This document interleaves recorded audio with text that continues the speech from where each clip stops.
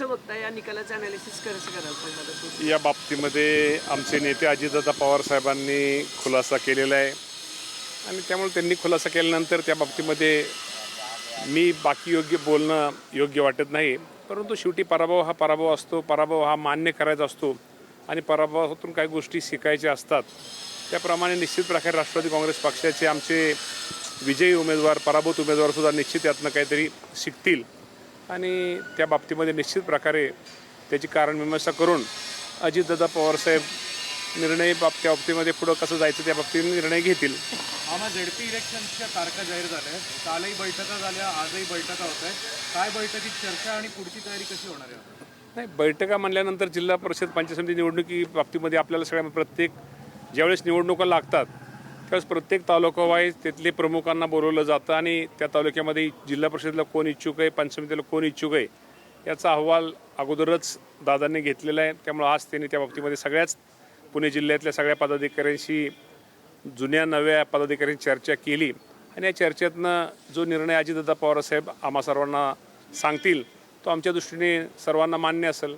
मतविभागणी टाळण्यासाठी दोन्ही राष्ट्रवादी पुन्हा एकत्र यावं असं अनेक पदाधिकाऱ्यांची आणि कार्यकर्त्यांची इच्छा आहे. जसं महापालिकेत समीकरण होतं तेच समीकरण जिल्हा परिषदेला सुद्धा यावं, याबद्दल काही चर्चा होती का? या बाबतीमध्ये कार्यकर्त्यांच्या भावना ठीक आहे, वेगवेगळ्या असू शकतात, परंतु आमचे नेते अजितदादा पवारसाहेब या बाबतीमध्ये जो काही निर्णय घेतील तो आमच्या सगळ्या पदाधिकाऱ्यांना मान्य असेल. 25 वर्ष झालं पुणे जिल्हा परिषद राष्ट्रवादीकडे. ॲक्च्युली गड मानला जातो पुणे जिल्हा परिषद राष्ट्रवादीचा. प्रतिष्ठा पणाला दादांची आणि पर्यायानं राष्ट्रवादी. मी तुम्हाला सांगतो, पुणे जिल्हा हा जिल्हा परिषद हा गड हा दादांचाच आहे आणि तो दादांचाच राहील. मामा, तुम्ही सगळ्या ग्रामीण भागात फिरलेला आहात, त्या ठिकाणी तुम्हाला सगळा परिचित भाग आहे. चिन्हावरचा जो प्रश्न आहे तो स्वाभाविकपणे उद्भवणार आहे. त्यामुळे चिन्हाबाबत जरी अजित पवार वरिष्ठ नेते असल्यामुळे ते निर्णय घेतील, पण वैयक्तिक तुमचं मत काय आहे की साधारण चिन्हाचा काय निर्णय घेण्यात यावा पक्षाने? वैयक्तिक मला जर विचारलं तर कुठली आघाडी असू द्या, कुठल्या मी म्हणतो आमच्या पक्षात सोडू द्या, चिन्ह कुठलं का व्हायना चिन्ह हे एकच असलं पाहिजे. जुने सगळे जे झेडपीचे सदस्य होते ते आता तुमच्या सगळे संपर्कात आहेत का? घड्याळ या चिन्हावर लढतील का? या बाबतीमध्ये आमच्या पक्षाचे अध्यक्ष अजितदादा पवारसाहेब तो योग्य तो निर्णय घेतील. नाही, चिन्ह काय होतं, जमलिंग ग्रामीण भागामध्ये, ऐका ना, ग्रामीण भागामध्ये लोकांचं जमलिंग होतं, पण या बाबतीमध्ये जो अंतिम अधिकार आहे तो अंतिम अधिकार तो माझा नाही, तो अंतिम अधिकार नाही, तो अंतिम अधिकार अजितदादा पवारसाहेबांचा आहे. दादा बाहेर आल्यानंतर आपण विचारलं तर बरं होईल. मामा, गोंधळ होतं तर मग सोपं चिन्ह कुठलं आहे? गोंधळ होऊ नये. सोपं ऐका ना, सोपं मानण्यापेक्षा कुठलं असू द्या, एक चिन्ह असलेलं कधी चांगलं. मी कुणाबद्दल काही बोलत नाही. ह्या जिल्हा परिषद पूर्वी अजितदादा पवारसाहेबांच्या नेतृत्वाखाली ही जिल्हा परिषद आहे, ती जिल्हा परिषद ही अजितदादा पवारसाहेबांच्या नेतृत्वाखाली मार्गदर्शनाकडेच राहील. जेवढे जुने सदस्य तेवढे संपर्क आहेत का? की अनेक आपले स्टँडिंग नगरसेवक जे होते ते भाजपकडे गेले. आता त्याच पद्धतीने आपण बघतोय जिल्हा परिषद लागलेले आहेत अनेक. आता सुरुवात झालेली आहे राष्ट्रवादीला. कुणी गळती गेली नाही, गारटकर कधीच गेलेलं नाही. जिल्हा परिषद आणि गारटकरांचा काय संबंध आहे?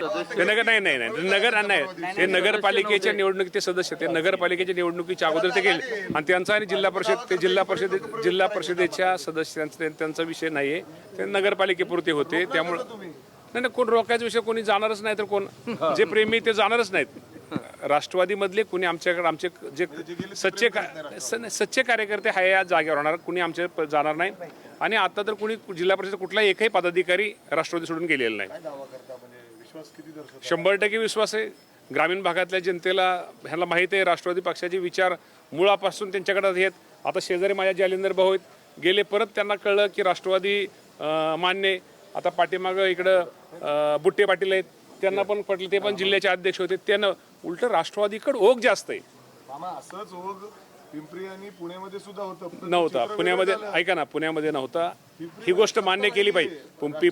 पुणे शेजारच्या बाहेरची जी गावं नवीन समावेश झालेली गावं, नवीन झालेली पुण्याची असू द्या, पिंपरी ह्या गावातले जे असंख्य जे ह्याचे ताकदीचे कार्यकर्ते होते त्यांनी पक्षाला शेवटच्या महिन्या-2 महिन्यामध्ये सोडचिठ्ठी दिली होती. त्याचा फटका आपण किती जरी नाही म्हटलं तर तो पक्षाला बसलेला आहे.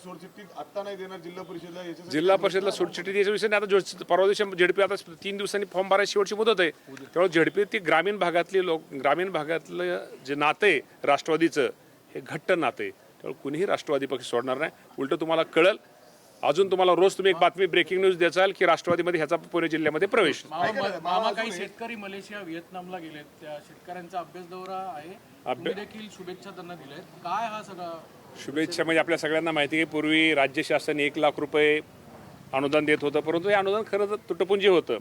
त्यामुळं राज्याचा कृषी मंत्री म्हणून तेच मी अजितदादा असतील, देवेंद्र फडणवीस साहेब असतील, एकनाथजी शिंदे साहेब असतील, या सर्वांच्या ह्यांच्या निर्णय तो 2 लाखाचा घेतला आणि त्यातनं काल ते गेलेले आहेत. त्यातनं परदेश दौऱ्यातनं निश्चित प्रकारे ते तिथं नवीन नवीन शेतीमध्ये जे प्रयोग आहेत, नवीन नवीन शेतीमध्ये काय उपक्रम किंवा काय गोष्टीमध्ये शेतामध्ये तिथं आपल्या भारतामध्ये काय आणता येईल, राज्यामध्ये काय आणता येईल की शेतामध्ये चांगलं उत्पादन वाढेल आणि चांगलं उत्पन्न मिळेल, मार्केटिंगच्या बाबतीमध्ये काय अभ्यास करता येईल, तो निश्चित प्रकारे शेतकरी करतील आणि त्याचा उपयोग माझ्या महाराष्ट्रातल्या शेतकऱ्यांना भविष्यामध्ये होईल. नाना पटोलेंनी म्हणलेले की ईव्हीएम पुढचं जे मतदान आहे जिल्हा परिषदेत ते ईव्हीएम नको बॅलेट पेपरवर. या बाबतीमध्ये मी तुम्हाला प्रामाणिकपणे सांगतो, या मताशी त्यांच्या मताशी मी सहमत नाही आहे. हे काय अगोदर पराभव हा पराभव मान्य करावा लागतो आणि विजयाला शुभेच्छा द्यावं लागतो. त्यामुळे पराभव मान्य केला पाहिजे.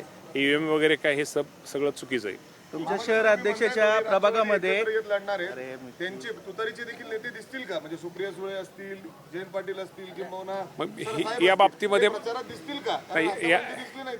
या बाबतीमध्ये मला माहिती तुमच्याकडूनच समजते. दोन्ही राष्ट्रवादी कालच्या वर्तमानपत्रामध्ये माझी त्या बाबतीत कुणाची चर्चा झालेली नाही आणि त्या बाबतीमध्ये दोन्ही ऐका दोन्ही एकत्र लढतात का नाही ह्या बाबतीत मी अजून त्यातलं हे आहे की या बाबतीमध्ये तुम्ही अजितदादा पवार साहेबांना किंवा त्यांचे तुम्ही जे म्हणता तुतारीचे नेते त्यांना विचारलं तर नाही पण हा निर्णय तो शेवटी वरिष्ठांचा निर्णय, वरिष्ठांचा निर्णय. मी अजून छोटा आहे.